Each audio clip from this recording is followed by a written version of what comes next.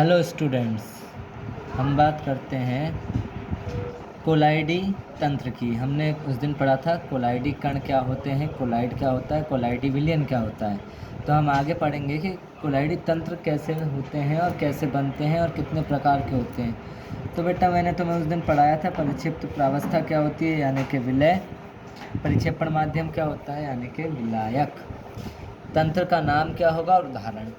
तो पहला होता है बेटा ठोस ही परीक्षित प्रावस्था की अवस्था कैसी है, ठोस, और परिक्षेपण माध्यम की अवस्था कैसी है, ठोस। जब दो ठोस आपस में मिलाए जाएंगे और एक कोलाइडी क्या बनेगा, तंत्र बनेगा, उसका नाम होगा बेटा ठोस सोल। जैसे जेमस्टोन बताऊं मैं आपको, नग देखें आप लोगों ने, नग दो ठोस को मिलाकर बनाया जाता है, उसको बोलते हैं जेम स्टोन।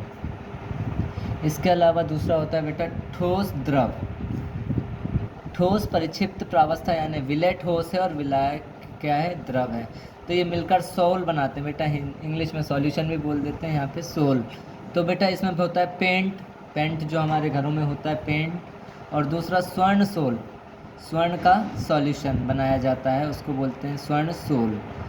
तीसरा होता है बेटा ठोस और गैस। ठोस के अंदर अगर गैस गैस के अंदर अगर ठोस मिल जाए तो धूल, देखिए धूल में हवा में क्या होता है, छोटे छोटे कण होते हैं, किसके होते हैं, वो ठोस होते हैं। धूल होती है, धुआं भी बेटा क्या है, एरोसोल।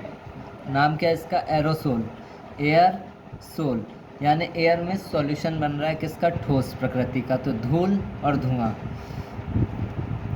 इसके बाद बेटा विलय है द्रव और विलायक है ठोस, यानी परिक्षिप्त प्रावस्था है द्रव और माध्यम है ठोस। तो ठोस के अंदर जब द्रव डालोगे तो जेल टाइप कुछ बनेगा, जैसे आटे के अंदर पानी डाल के मिलाओगे तो जेली बनती है, जेली, दही, चीज़, ये सब क्या है बेटा, इसके उदाहरण हैं, किसके, जेल के। इसके बाद आता है परिक्षिप्त प्रावस्था भी द्रव और परिक्षेपण माध्यम भी द्रव। दोनों जब द्रव होंगे तो पायस बनता है, जैसे दूध में क्या होता है बेटा, तेल में पानी, तो तेल में पानी मिला दोगे तो दूध बन जाता है, क्योंकि उसमें बहुत सारे फैट्स होते हैं। और बेटा बालों की हेयर क्रीम आती है, जिसको हेयर क्रीम बोलते हैं, वो भी पायस होता है। इसके बाद परिक्षिप्त प्रावस्था क्या है हमारी, द्रव है, और परिक्षेपण माध्यम क्या है, गैस है। तो ये सब मिलकर बनाते हैं बेटा एरोसोल, वो भी द्रव। जैसे कोहरा देखा है, धुंध देखी है, बादल देखें, इसमें क्या है बेटा, कुछ नहीं, गैस के अंदर छोटे छोटे पार्टिकल्स हैं द्रव अवस्था में, तो वो बना लेते हैं कोहरा और बादल और धुंध। क्योंकि कोहरे में निकलो तो आप गीले हो जाओगे, छोटे छोटे जल के अणु या जल के पार्टिकल्स हमसे चिपक जाते हैं, तो कोहरे में से, तो वो क्या है, एरोसोल, द्रव। परिक्षिप्त प्रावस्था है गैस और माध्यम है ठोस, तो ये दोनों मिलकर क्या बनाते हैं, ठोस फॉर्म, और इससे मिलकर बनता है रबर कॉक। ठोस माध्यम, ठोस के अंदर बेटा गैस भर दोगे तो क्या होगा, कुछ ऐसा बनेगा, जैसे थर्माकोल देखा है, बिल्कुल वैसा ही। रबर कॉक होती है, आपने बैडमिंटन की शटल कॉक देखी होगी, जिसे फुद्दी बोला जाता है। तो शटल कॉक के पीछे जो लगा होता है वो ही होती है बेटा कॉर्क, रबर कॉक। इसके बाद आता है बेटा गैस और द्रव का कोलाइडी विलयन।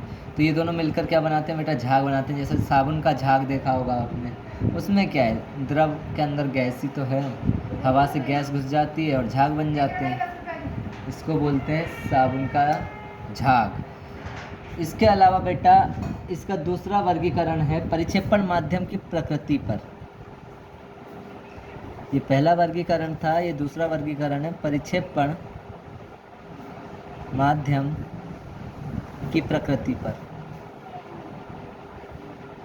चलो बताता हूँ, ठीक है, सिंपल सी बात है। किसी चीज़ को पानी में मिला रहे हो तो उस कोलाइडी तंत्र का नाम हो जाएगा बेटा, पानी को क्या बोलते हैं, हाइड्रो बोलते हैं, या फिर एक्वा बोलते हैं, तो हाइड्रोसोल या एक्वासोल हो जाएगा उसका नाम। यानी अगर परिक्षेपण माध्यम क्या है, परिक्षेपण माध्यम तंत्र, अगर परिक्षेपण माध्यम जल ले तो इसका नाम हो जाएगा बेटा एक्वासोल। दूसरा होता है बेटा अगर परिक्षेपण माध्यम क्या है, बेंजीन भी विलायक होता है, आप सब जानते हैं, पब्लिक है बेटा, सब जानती है। बेंजोसोल, तो बेंजीन का बेंजो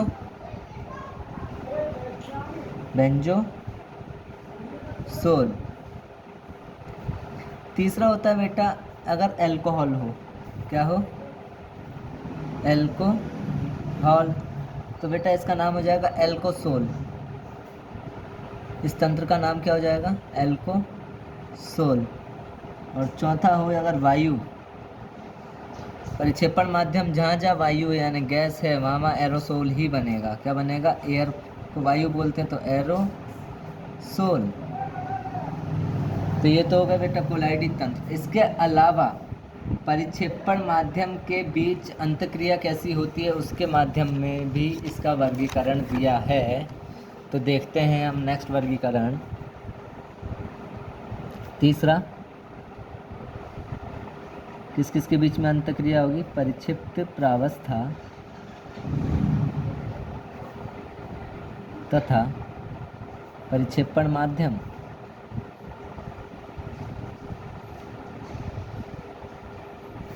के मध्य अंतःक्रिया के आधार पर, की प्रकृति के आधार पर।